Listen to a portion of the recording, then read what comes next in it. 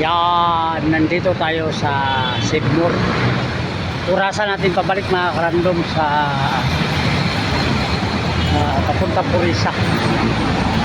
Kasi sabi nila ang bukas sa NBC 9. Ang problema, pagdating ko dito, umalis ako ng 8:45. Pagdating ko dito sa LBC 10 pa pala. So 1 hour. Balik muna tayo, baka may customer doon. Kasi sabi nila 9, 10 pala. Mabuti na lang may gwardiya din pala sa Sibmore. So ilang minuto pa.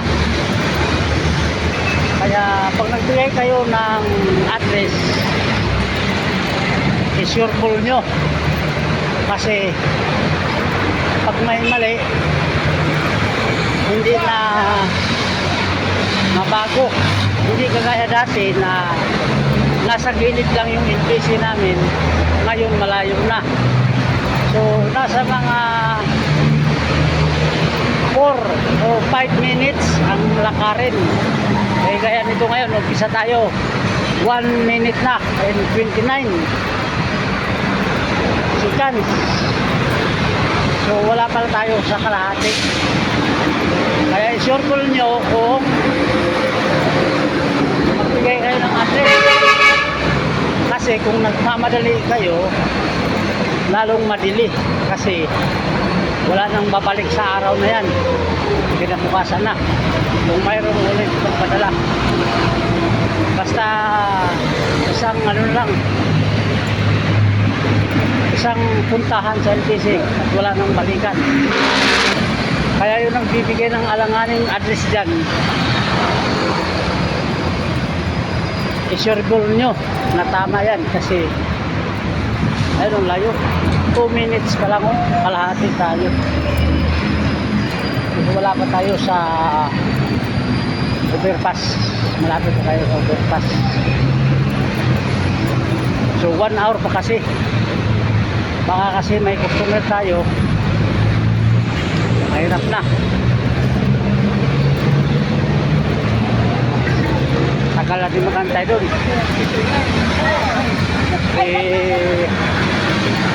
Magti 3 minutes pa lang, oh. 5 to 6.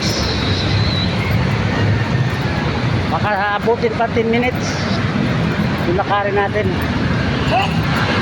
Nandun pa tayo sa likod nun, ha. Dapat sa likod yung LBC. Ayan, nakakot pa tayo ng overpass. Ayan, o. Yan. Kaya yung magpapa-LBC dyan na nagtatanong muna kung magkano yung shipping sa mabigat. Nanghihingi na kami ng box hanggang large lang. So walang magpasukat para malaman nyo kung magkano estimate na namin. Kung ano yung sasabihin namin, yun na yun, yung shipping. Ayaw ko lang umakyat mga karandun mo yun. Ayaw ko lang umakyat. Dito na tayo sa baba. Kasi akyat ka, baba naman, dito na tayo. Isang tawira na lang. Kaya yun na yun. Nanghingi na kami ng box hanggang large. So yan, 4 minutes na tayo, no? So siguro may 3 minutes. Tansa ko lang mga random na sa mga 8 minutes. Tatawid pala tayo sa Purisa. Mga 8 minuto o 10 minuto. Tatawid tayo.